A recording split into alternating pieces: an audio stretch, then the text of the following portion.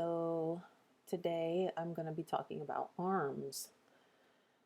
Now, I want to go over some definitions, but I want you to keep in mind that we all have all our rights.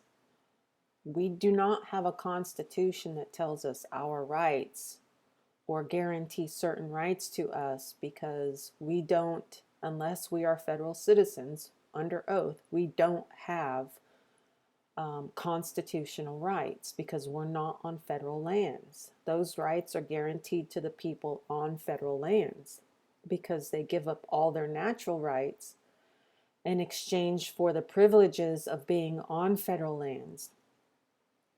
Okay, I explain this in detail in some of my other videos, so if you don't really understand this, you should maybe watch a few of my other videos to get a better idea.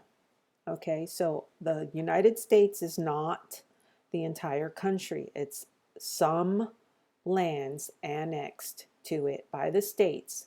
And the people on those lands are federal citizens. They give up all their natural rights that the rest of us retain because we're not on federal lands. And in exchange, they have some privileges. Okay, so they have a Bill of Rights.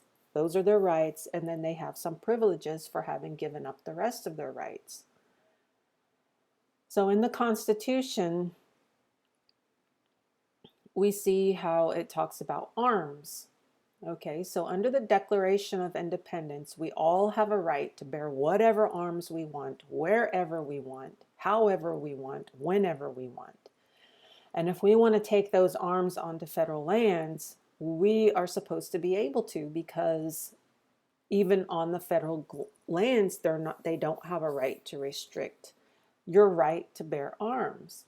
Even if you're a federal citizen, they don't have the right to restrict your right to bear arms. So in the Declaration of Independence, arms means anything, okay, anything that we choose to carry. In the Constitution, arms means for those people serving in service to us, military and civilians, but the Constitution specifically talks about the militia and the military. So this whole idea that they're supposed to send the military out to quash us when we're uprising has got to be a load of BS, because we are the ones that are supposed to make up the militia. Okay, and at being part of the militia, they are responsible for arming the militia. This goes back to the Revolutionary War and the Continental Congress and the organic laws, the Declaration of Independence, and so on and so forth. All the national laws after that, okay, including the Articles of Confederation, which were never repealed, and the Constitution. Okay, they were supposed to defend this country through fortifications. Those fortifications are the federal lands that they have control over. Now, when those people go onto those federal lands, they're supposed to be well armed, and the right to bear those arms cannot be infringed. Okay, so arms for someone not on federal lands means anything, and arms for those on federal lands means anything. But now they're totally going outside, trying to go outside the Constitution by saying that they have a right to take our arms. Okay, so we keep thinking that they mean us when they can't actually do it to anyone. They don't even have a right to require people to have a license. They don't have a right to require people to have a license to sell. They don't have a right to anything with arms. They don't have any rights over our arms or our ability to buy them, wear them, keep them, or anything, okay, on or off federal lands. So let's just look at in the Constitution, because the Constitution is to set up the fortifications to protect the entire country. That's what the Constitution's job is, and it's to get people to go to Washington and make sure that those rights are not infringed. They give up most of their rights, they retain a few, and they receive some benefit, which is their salary, okay, and their housing. So our military has housing and medical and other sorts of things, and those are their privileges and their benefits for giving up their rights and serving the people. Okay, they serve the people on the federal lands. They have a Bill of Rights. Okay, but let's look at what arms mean.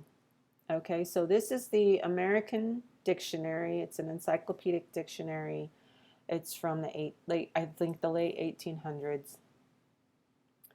And arm is related to army. So the army has arms.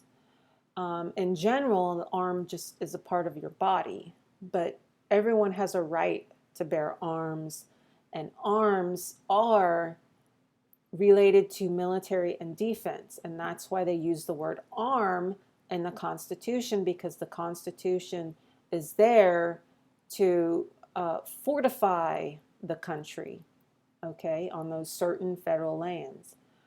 To offer the arm to take by the arm, to take up in the arms, okay, to furnish with bodily arms.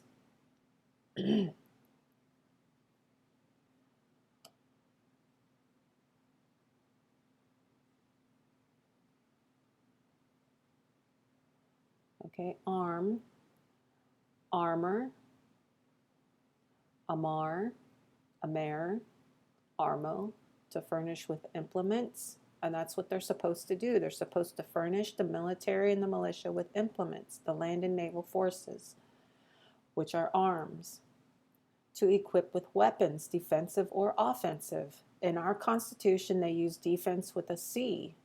Okay, that means to fortify. They're supposed to fortify the land and naval forces and the militia through arms. Okay, and the right to bear those arms shall not be infringed.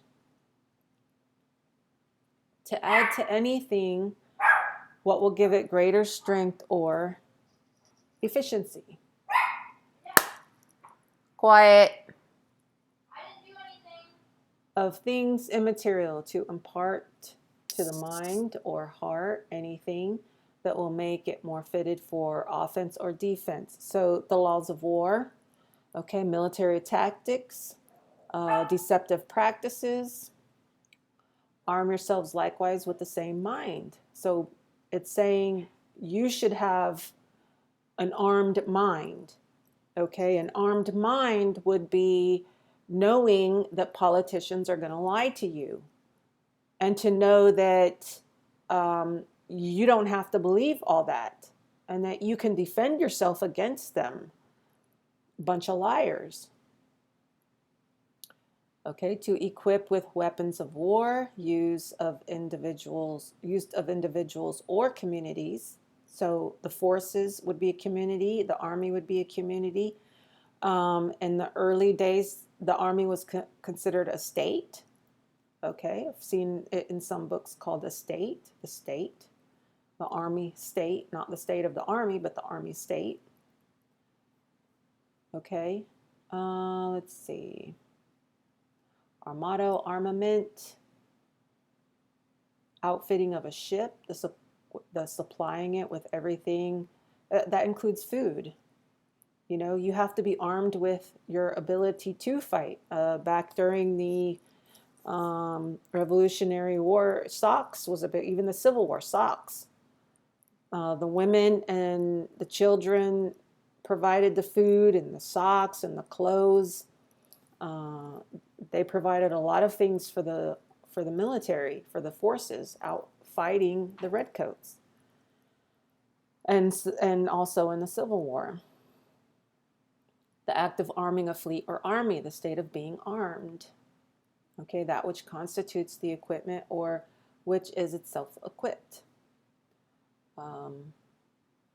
Okay, a naval expedition fitted out for war, a fleet with the men.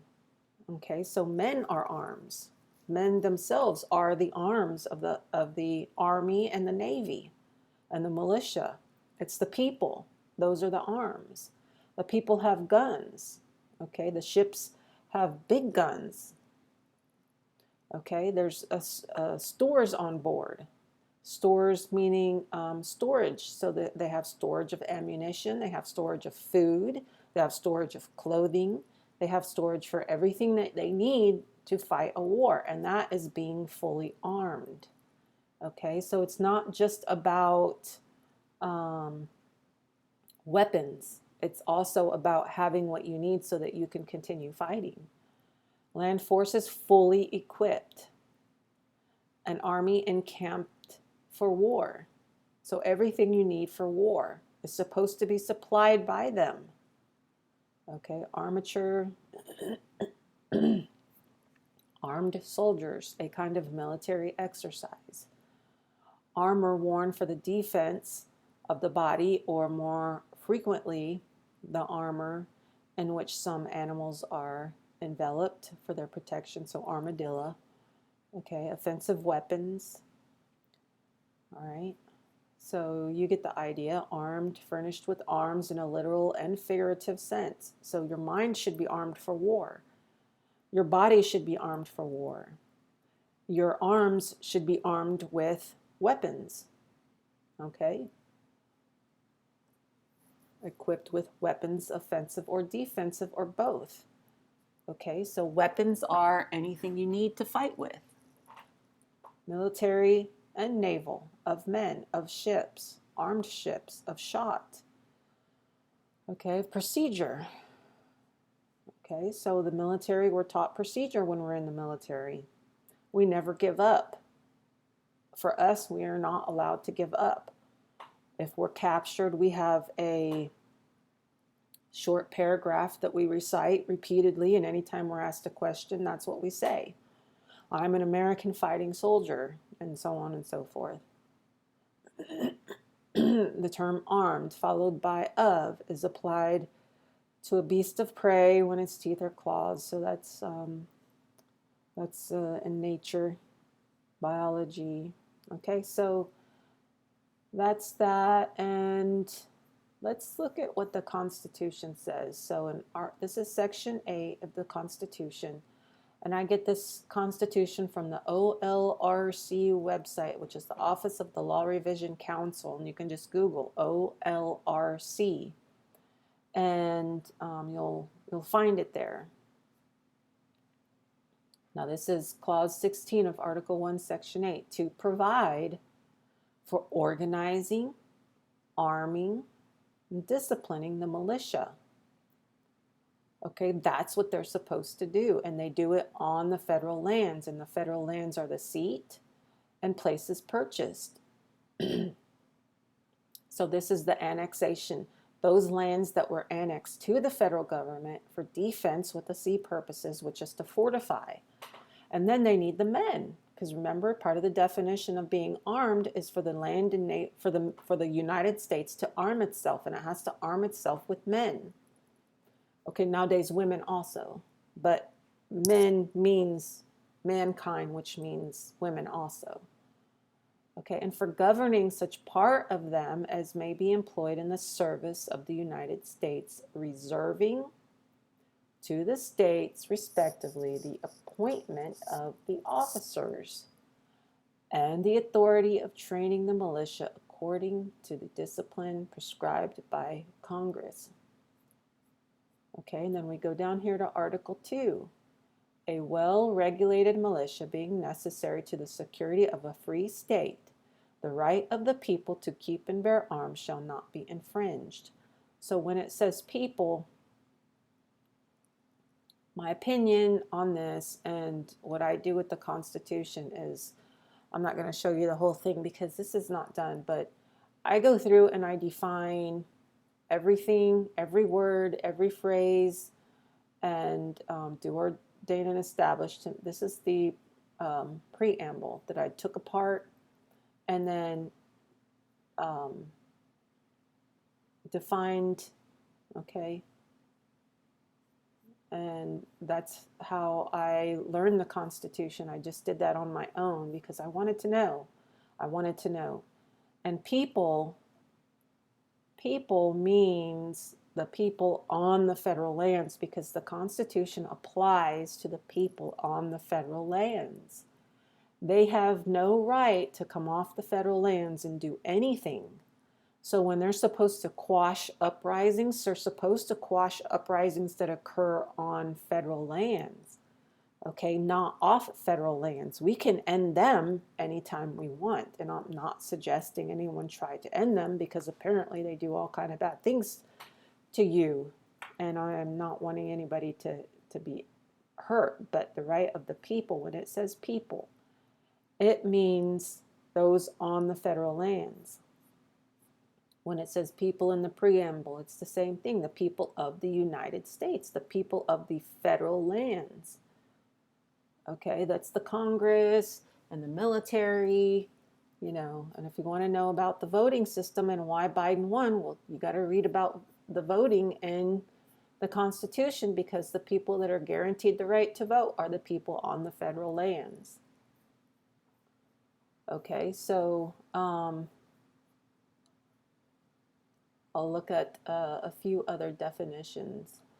There's a few of them that are really good, that actually tell you that the arms that they're talking about are for the people on the federal lands. This is just something I found online. This is the old uniforms of the Army, and part of their uniforms was that they had sidearms. Like the Marines have swords, the Army has guns. I guess these are rifles. They're called accoutrements or accoutrements. Okay, they had a bag of goodies there, and their water, and one of these is a bag of what they call that stuff inside the bullets, the black stuff. I forget what it's called. I know what it is. I forget what it's called. And then they had their swords, their sidearms, sidearms. They had their, I guess it's the musket, 75 caliber. Okay, these are their arms. These were considered small arms. Okay, they had a British Light Dragoon carbine, British Light Dragoon saddle pistol. Okay, a saber. This is what it means by the right to bear arms shall not be infringed. It's that you can't ask them to take off their uniform, because this all went together. When they established a uniform, they established these things as part of their uniform. These were their requirements. So when the military, even today, the Marines get dressed up in their full dress uniforms, they have a saber. They wear their saber even today. They cannot be asked to remove that. They cannot be, okay? They cannot. That's what that means. The right to bear arms shall not be infringed. That's what that means. The right to wear their uniform. They can't be asked to no longer wear their uniforms. Okay, so I found this in a book called Treasury of Knowledge. And this is as simple as it gets. You can't get any more simple than this, okay? This is just a limb, an arm, or an inlet of the sea, or to take up arms. So when they run out of room, they put it on the next line, to take up arms. Armada, large fleet of ships. Armadillo, because an armadillo has his outer hard shell. So that's why it's got an arm. Armament, a naval force, a storehouse. Armamentary, an armory. armature, armor, weapons. This is all military related. Now, that doesn't mean that you can't have all of this stuff. You can have whatever you want because you're not under oath. You can have all this stuff right in your house. They are not supposed to come off the federal lands and tell you what to do. And that's called jurisdiction. They have jurisdiction on their lands, and all the things that they can do on their lands are listed in the Constitution. I have videos on that. Okay. Let's go down. Armigerous. I think that's armigerous. Bearing arms. Okay, this is bracelets. Omnipotence. Power in war. Omnipotent. Mighty in war. Brave or bold. Armazonius. Rustling with armor. Armistice, a short cessation of hostilities. Armless, without weapons or arms. I'm sure right now the government would love it if we were armless. Armorer, one who makes or sells arms. Armorial, belonging to the arms or escutcheons of a family. So we're getting into heraldry, like your family arm, like your family crest is called an arm. Armory, a place in which arms are deposited for use. Ensigns, armorial. Armor, defensive, covering. Armor bearer, one who carries the armor of another. And then last but not least, arms, warlike weapons, war in general. The ensigns, armorial of a family. So ensigns in our military, our federal military, are your medals and ribbons that you wear on your uniform. Those are your ensigns. Okay, let's see.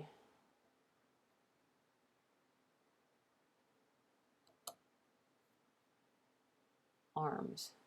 Generally speaking, arms comprehend weapons both of an offensive and defensive character, but in the usual restricted sense, they only embrace the former, and in modern warfare include the gun and bayonet, the rifle, the pistol, the carbine, the sword, the pike, the lance, cannon, grenades, rockets, shells, round shot, grape, bullets, etc., all of which are noticed under their respective heads.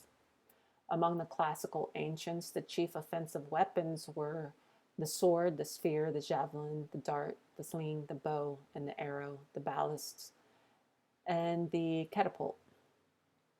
The principal arms of the Britons were hatchets, scythes, lances, swords, bucklers, and I didn't get the rest of that definition there. So, okay.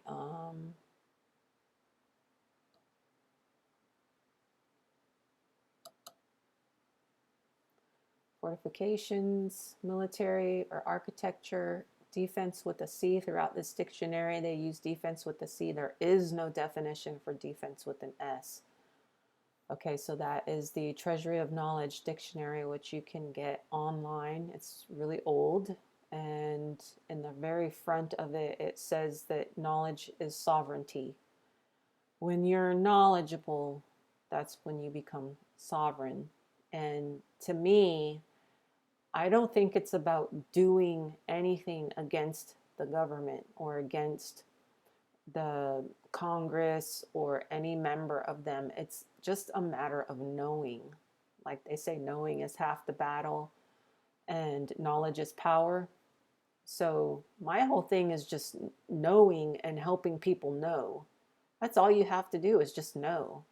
And I've been in the military and I've been a civil servant, so a civilian working for the military. And I've been studying for the last 10 years or so, just reading old law books, reading grammar books, learning how they wrote things back in those days. And you know, how they used capitalization and punctuation and what it all meant and what the tools, what the words meant back in that time. So, yeah, now I'm just making it easier for everyone else to understand by um, showing you and helping you see with your perceptive eye, um, with your eyes and your perceptive eyes. So that's my stance on arms. My stance on arms is that everybody has a right to bear arms on and off the federal lands, that they have no right to tell you that you can't bear arms. They have no right to tell you that you have to get a license for an arm. That if I can find it real quick, I'll show you something on the congressional website, and that's that they always have to put in their constitutional citation. Here it is. So this one doesn't have to do with gun laws, but it does have to do with a law, and this one's H.R. 1 for the People Act of 2021, 117th Congress. And when there's a box over to the side here that is out of the view, but here it is, more on this bill, constitutional authority statement. So you click on that, and it brings up this box here, and they cite Article 1, Section 8, Clause 1 is their right to do a thing, to do whatever this thing is. But the thing is that they can only do it on federal lands because Article 1, Section 8 is one long sentence, and it can't be picked apart.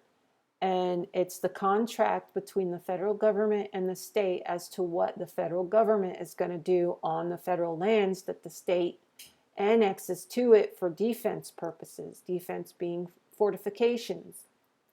Okay, defense with an S is vengeance. That's a Latin word. And it's not in a lot of dictionaries. But defense with a C is in all the dictionaries, and that's Old French or Norse, which is Norse, for fortification, which is also in the Laws of Nations by Emer de Vattel, who was a Frenchman.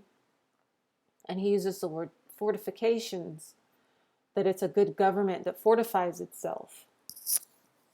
Because when it fortifies itself, it's protecting the free people.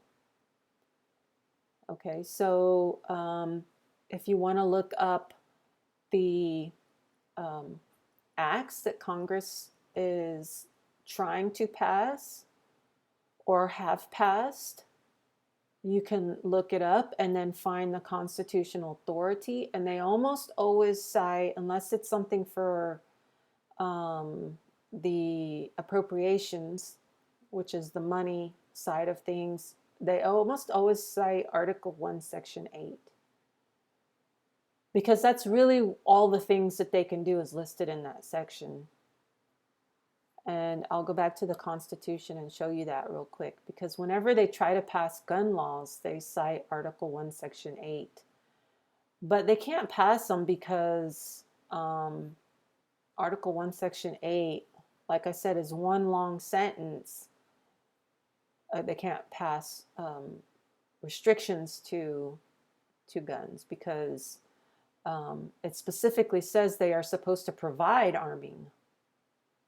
Okay, to the very least, the militia and the land and naval forces. And they're restricted to the federal lands. Okay, the military is restricted to the federal lands. And the militia is made up of the people.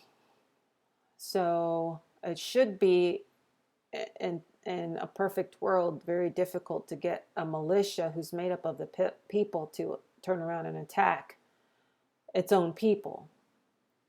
So the only the only period from this entire section, Section 8, Article 1, Section 8, you can look through here, and the only period is right here at the end. So this is one long sentence. with a list of things that they can do for the military on federal lands for defense, which these buildings, all the definitions of these buildings are defense with the C. And then whatever other things are in here, such as the revenue bills and how they pass bills. But basically, everything that they can do is right here in Article 1, Section 8. Okay. So that's my stance on arms, and any gun bill that they try to pass is on its face void. You don't have to go to court to have it voided. It's automatically void. That's somewhere in here. If a law of a state contrary to a treaty is not void but voidable only by the repeal or nullification of a state legislature, there's certain consequences that follows. Okay, this is not the one I was looking for, but there's plenty of things out there which say that any unconstitutional law is automatically void. Voidable means that you have to go to court to have it voided. We don't have to go to court to have unconstitutional laws voided. They're automatically void. Even if they're passed into law, they're automatically void. They don't exist. No one is bound to follow it. Nobody is subject to it. It's void. Okay, and they know it, but we need to make sure that we all know it. And so I ask people to please share the videos, whether you click the like button or subscribe or watch the whole video or not. I ask people to please share them. I've already been kicked off all the major social media platforms, so I really have no real way to share my videos. I've gone on such places such as Rumble and Parler and these other platforms, but there's just not enough people on there that are reachable for me. And I would have to spend so much time trying to make friends on there that I just don't have that time and be able to make videos and do all the other things that I have to do in life. So I just kind of count on other people to share my videos and to like them, maybe ask their friends to subscribe. It's not for me. I mean, sure, I would like to make a little money, but you know, it's not about money for me. It's about being free and having a good life for the life that we do have while we're here on earth.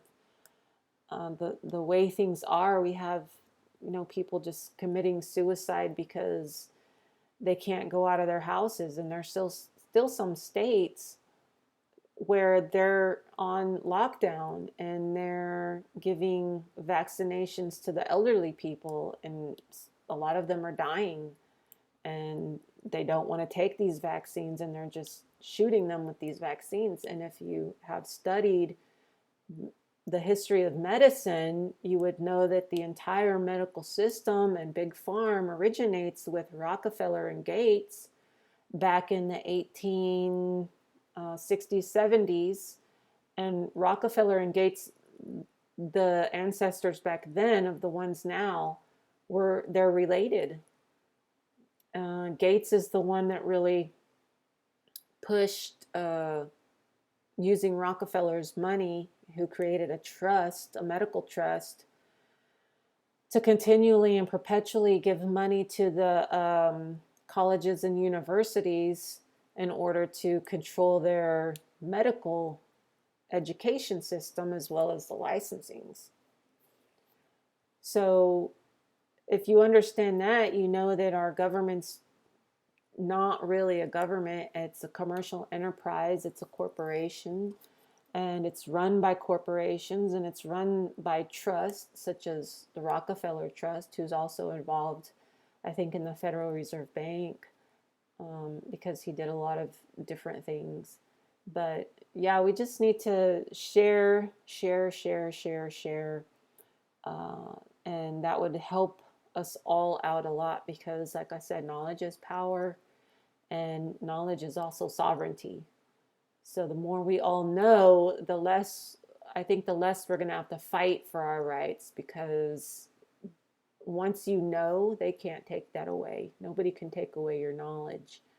And once they know that you know, then you know that they're full of shit and that they can't do. And then we're all going to be looking at them with suspicious eyes. We're all going to be looking at them knowing that they're full of crap. And they're going to know that we're looking at them like they're full of crap. And then, once somebody knows that you know that they're full of it, they don't even try anymore, because they've lost that power. So yeah, I'm just asking people to please share the videos. You can share them in your emails. The links are there. Send them to your families and friends. Trying to make the ones that I can short, as short as I can, but some of these are intricate and they're interwoven with so many other things. It's like I have to get into other stuff to be able to be clear enough that people who have no understanding of these things, or have a great misunderstanding of things, that they can then understand it. So some of them last an hour or a few minutes longer, and I apologize for that, but I just don't see any other way to get a complete picture without doing that. So, okay, you guys take it easy, and share, like, subscribe, and I will see you in the next video, which should be on what a republic is.